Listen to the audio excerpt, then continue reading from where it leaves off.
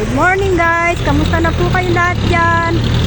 Ito ulit sinak mukbang. Nandito po ako sa may Divisoria. Yan, nakita nyo, sobrang ganda, di ba? Malinis. Yan wala kang makikita ang mga nakaparking sa mga gilid-gilid ng mga building. Ayan Actually, tignan nyo, maluwag ang karsada dito pero wala kang makikita ang mga nakaparking. Yan si ate, dumaan, nahihiya. Hindi ko na po kasalanan yun, dumaan siya Yan Tara guys, pupunta tayo dun sa pinakaloob. Tingnan natin dun sa may palengke, dun ako pupunta. May kinakainan dun na murang street foods na. Guys, tignan nyo, napakalinis, di ba? Ayan, bangketa, yung mga nakakapagtinda, yung may mga pwesto sa gilid ng, yung mga umuupa doon sa mga bawa, may pwesto. Uupa ka doon sa gilid ng Chinese o Pilipino na ganyan. Guys, nakita niya yan ng 168. Yan. Yan ang overpass, papuntang Tutuban. Andyan yung mga dating vendors, dyan na po sila nilagay. Yan, hanggang doon. Haba po yan, paikot yan sa loob. Marami kayong mabibili dyan sa loob. Maraming paninda. Hindi na sila pakalat-kalat. Walang parking, walang mga naka-sidewalk na talagang wala. Napakalinis na po ng Divisoria ngayon guys. Ayan, pasensya na po, medyo na tinataasan ko yung boses ko kasi maingay. Baka hindi nyo po maintindihan kung ano yung aking sinasabi dito. Tara guys, pupunta pa ako dun sa may dulo. Tignan natin yung mga kung saan nilagay dito yung mga street foods. Guys, nakita nyo po yung mga bulldozer. Inaayos pala ni Mayor yung karsada yan, bagong espalto. Bagong espalto guys, yung mga alam nyo na, yung mga nabubulok na karsadang mga mga bako-bako. Ito sa 168. Pinaayos ni Mayor. Talagang nilinis, ayan Yung 168 malinis, makinis na. Medyo maraming vendors yan dati dyan sa gilid na yan Ayun, wala na, tinanggal lahat niya Hanggang dulo, malinis na Ito yung bulldozer na ginamit yan Buong Divisoria yata. Baka tignan natin doon sa dulo sa may palengke kung maayos na doon yung mga lubak-lubak na karsada na pakikialaman na pakikialamak. Hindi po, siyempre concern po ako sa lugar na to kasi dati po ako nagtinda. Talagang napakadumi po, ngayon maganda na. Maganda. Yan, nakita nyo guys, paltado na, yan Nakita nyo yan, paltado na, yun Yun yung mga ginamit na bulldozer, yun. Lalaki yan, tingnan nyo. Yan, lahat yan, nilinis ni Mayor, yan ganda Bukod sa pinawas out niya, binuldozer pa ng mga nilagyan ng panibagong espalto.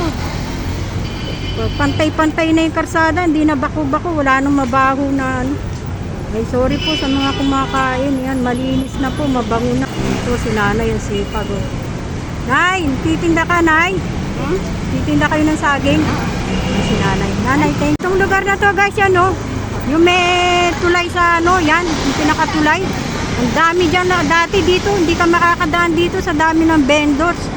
Yan, may mga pulis. Inayos na rin yung ng pulis. Ng mga mga kapulisan na maayos na po yung yung harap nila. Wala nang mga na mga kung sino-sino nagbebenta, mga vendor. Ng mga nakakarito, nakabilao, wala na po. Malinis na guys, ayan. Ayan po guys, yung Wanluna. Yan, yung mga nanggaling sa Binondo na sa jeep. Dito sila, biyaheng Binondo, Divisoria, dito lusot. Dati, daming vendors dyan. Hindi na makadaan yung mga sasakyan. Ngayon, maluwag na Siyempre, meron tayong kapulisan dyan. Yan, punta sila dyan. Yan, maluwag na. Wala nang mga mga nakakalat na titinda. Yan guys, tingnan nyo, papuntang to Ilaya. Ito naman yung papuntang Ilaya. Nakita nyo yung kulay orange na building na yun guys. Doon kami dati nagtitinda. Dati kahoy po yan. Kahoy po dati yan. Yung kulay orange na yan. Yan. Na building. Yung may po yan. Dati kahoy po yan. At talaga nasunog. Walang natira. Kaya dyan po kami noong 1975. Bago mag 1980 na ano po yan, nasunog.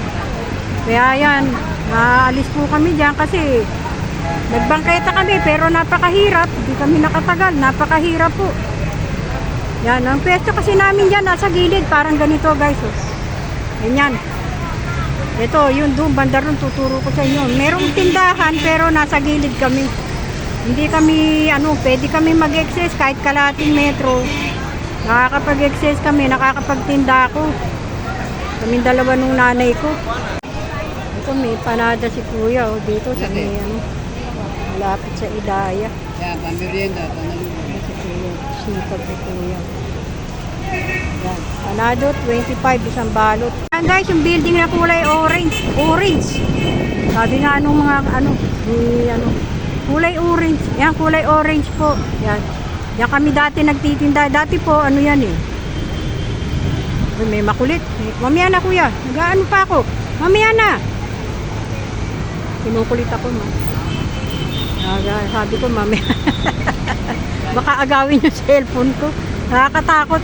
Yan guys Yan yung dating building. Mga 19, bago mag 1980 nasunog. Talagang sunog kasi puro kahoy. Yan po yung Ilaya. Yan kami. Yan nakalagay dun Ilaya. Yan. Shopping center yan. Yan sa Ilaya kami. Bago mag 1980, ang tanda ko na. Bata pa ako nung guys. Siguro mga lang ako. Magto 20 years old pa lang po ako nung. Bata pa ako bagets. Yan po, nagtitinda na kami dyan ng nanay ko, tatay ko. Tapos ang mga kasama ko dyan nagtitinda, mga kamag-anak ko rin, mga nasa bangketa sila. Kasi guys, kami nasa gilid kami. Gilid kami na sila, nasa bangketa talaga. Kaya kahit makahulian, mahigpit, bawal ang vendor. Nakakapaglagay kami ng kahit kalating metro kasi nasa gilid po kami nung inchik. May umuupa po kami doon sa inchik. May kaprasong pwesto. Yan. Tara guys, mamaya pupunta tayo dyan. Sisilipin ko kung anong itsura na nung harap nyan. Ito guys, kagaya nung pwesto namin dati bago mag 1980. Nakakapaglatag kami kahit mahigpit, kahit nagkakahulian. Nakakapag kami kahit kalahating metro. Kagaya nito guys, yan. Umuupa yan dyan sa may ito sa may ito mga vendors yan guys. Umuupa sila doon sa gilid ng yan. Ganyan po yung pwesto namin noon. Nasa gilid po kami kaya kahit kapraso po nakakapaglagay ako, nakakapagtinda kami. Palitan po kami nung nanay ko. Pagkagaling ko sa school, tutuloy ako dito sa Divisoria from Valenzuela, tutuloy po ako rito. Titinda po kami ng nanay ko. Pinapalitan kong nanay ko. Pag umaga po kasi lagi ako nun. Ito guys, ito na yung Ilaya, yung dating pinagtindahan namin. Ayan po yan. Ito, Sampaguita to. Alam ko po, wala na yung pangalan. Sampaguita, yung Ascaraga. Ito, Sampaguita. Ito yung Ilaya. Yan po yan. Yan po kami dati nagtitinda. Nasunog lang po yan nung araw. Kaya natanggal po kami dyan. Tapos yung mga naka-sidewalk dyan, mga kamag-anak namin, nag-i-sniper po sila, nagbibilao. Mabenta po kasi itong lugar na to dati. Wala pa yung mga 168, wala pa yung mga 999 na yan. Wala pang mga mall. Yan. Dito, sa side na to, itong side na to guys, ayan nakita nyo. Yan. Dito, dyan ang dating SM. May SM po dito, yung puro sapatos lang po. SM Shoe Store. Dito, alam ko, sa banda rito yun. Yan. Wala na po dyan. Siyempre, iba na SM ngayon. Malaking na po. Malaking kwan. Yan guys, tignan nyo, napaka-higpit na dito. May parking pala dito sa loob ng Ilaya. Pero doon sa bungad, wala. Dito may mga parking kasi maluwag naman po dito eh. Saka yung lugar, actually yung lugar po na. Yan, umaligid sa akin, parang gustong agawin yung cellphone ko, yun Yan po yung Ilaya guys Meron dito nag-ano ng traffic yan. Sila, may traffic. May mga nakabantay. Yan Tara, pupunta tayo dun sa building na yun Yung dating pinagtindahan na, yung dating building na ano. Yan, nasunog yan dati. Yan, ganyan, no? Yan ang pinalit. Kaya nung mahal na yung rights, hindi na kami nakabalik. Guys, ito na yung Ilaya. Ito yung dating pinagtindahan namin. Yan, natatandaan ko. Tapos sa kabila dyan, dyan sa iskinita na yan, dyan yung ano, SM Shoe Store. Nung araw, wala pang SM, 1975. Nandito pa lang sila nun. Tapos nung bago mag 1980, tsaka na sila nagkaroon ng malalaking ano. Pero yan dyan. Tindahan ng sapatos, SM na yun, wala na po. Dyan, sa iskinita na yan. Tapos sa katapat niyan, itong building na to, yung dating pinagtindahan namin. So guys, doon. Tara, dito yung mismong lugar namin nun. Natatandaan ko yan. Dati dito kami yan, sa lugar na yan. Diyan kami. Dito, yung lugar na to. Dati kasi may pasilyo dito. Ang pasilyo, dalawa. Dalawa pong pasilyo na wala na eh. Isa dito, diyan. Tapos isa sa gitna. Dito sa pinagtitindahan namin, doon kami sa pasilyo. Kaya meron kaming ano, yung tindahan namin, umupa po kami doon sa Chinese. Gilid lang po bangketa. Yan. Dati pasilyo po yan. Ngayon iniba na yung ano, design niya. Kaya hindi na po na kami nakabalik. Mahal na po yung sinisingil nung ano, nung management dito. Kaya pati yung Chinese hindi na rin nakabalik. Kasi napakamahal po ng ano nila, ng down payment na inihingi. Yan, hindi na nakakabalik. Yan guys, nakita nyo yan hanggang doon sa bungad malinis na, wala na kalat-kalat. Ayan, malinis yung mga kalsada, wala nang mga nakakalat. Ito na guys, yung Divisoria Mall. Yan nasa gilid na lahat yung mga vendors. Yan, binigyan sila ng kapraso sa gilid, may guhit. Yan, may guhit. Yan, tapat ng Divisoria Mall, maluwag na. Hindi na kagaya nun na nasa gitna sila. Ano na, maliwalas na. Maayos na yung daanan. Yan guys, may guhit na. Maluwag na rito sa may Divisoria. Kaya kung pupunta kayo, maaliwalas na po. Hindi na po kagaya nun. Yan, yung mga daan, nakita nyo, nadadaanan na. Yan, may guhit din. Yan, Divisoria Mall dyan. Kakain po ako dyan ng palabok negra. Yeah, kakain ulit ako kasi daming mga kamag-anak ko nagre-request. Kumain daw po ulit ako ng palabok negra. Yan po, tara, papasok tayo dun sa ilalim, sa underground. Nasa underground po yun. Yan kasi Divisoria Mall guys, ano po ito dati po palengke to. Dito nakalagay nung bago, nung nagtitinda po kami sa Divisoria, yung bata pa ako, bago mag 1980. Makain na po ako ng palabok negra na yan. Hanggang ngayon, nandiyan pa rin. Siguro yung mga apo-apo na lang po ang nagmamanage na nag-continuous yung ano nila. Yan, dito may donut. Kala, nagpupunta si ate. Donut. Yan, sarap donut ni ate. Sarap. Donut. Maruya sa'yo. Donut, may maruya.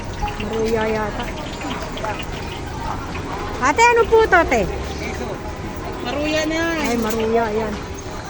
Yan, binabaliktad ni ate. Tapos, meron din siyang lumpia. Yan. Nag-assemble si ate. Ito yung mga kanilang ano. Ito, lumpiang ano. Ito, maruya. Ito, donut. Bibili tayo. Sarap na, no? Donut ni ate, masarap. So, bibili ako. Guys, ito po yung Divisoria Mall. Yan, may underground po dyan. Dyan po nilagay yung palengke. Kasi nung araw, palengke po ito. Ngayon, ginawa nilang mall. Yung palengke, nilagay na lang po nila sa ilalim. Sa underground po niyan, palengke, lahat ng klaseng paninda, baboy, manok, kung ano-ano po, gulay, nasa ibaba po. Nandun po yung tindahan, yung original na palabok negra. Kakain po ako.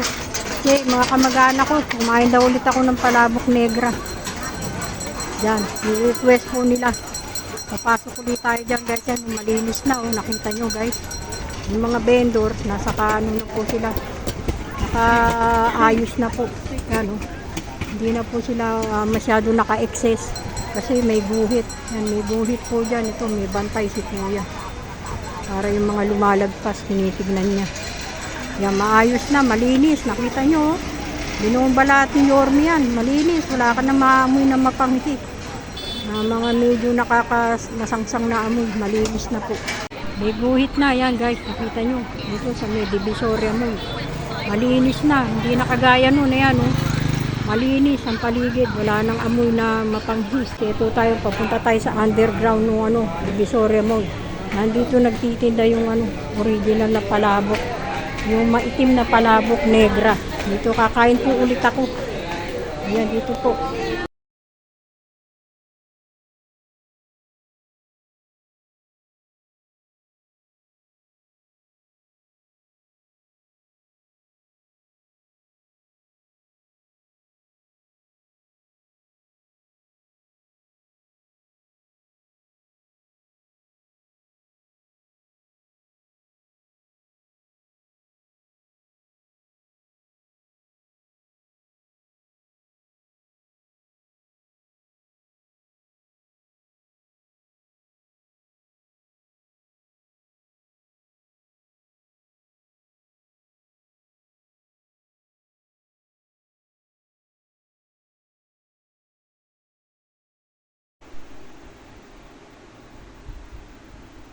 Ayan po yung palabok negra.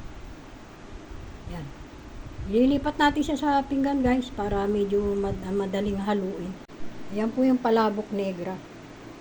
Yan, napansin nyo yung noodles niya guys. Merong manipis, merong mataba. Magkahalo. Yan ang in-order ko eh. May manipis, may pino na noodles. Ayan po, bihon. Yung isa makapal. Ayan po. Guys, ito yung palabok negra. Ayan. Pag siya halo, ganyan po siya. Ganyan po siya kaitim. Ayan. Sarap yan. Yan po yung tinta ng pusit. Magpapasarap. Kain na tayo. Kain. Po ito. Palabok negra.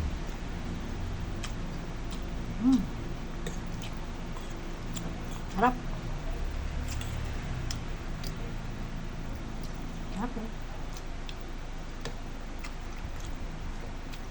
Guys, ito yung puto. Sarap.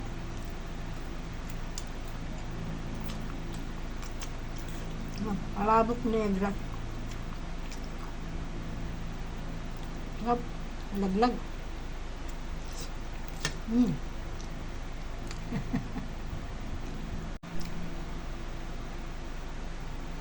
Puto. Sarap. Ulam sa palabok na yung negra.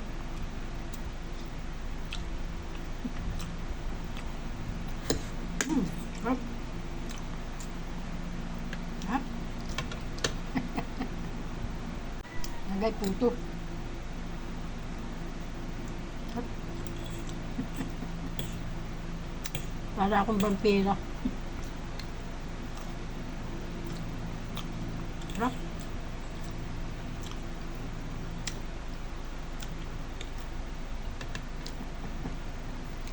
Guys, ito, tikman naman natin yung donut ni ate. Sarap.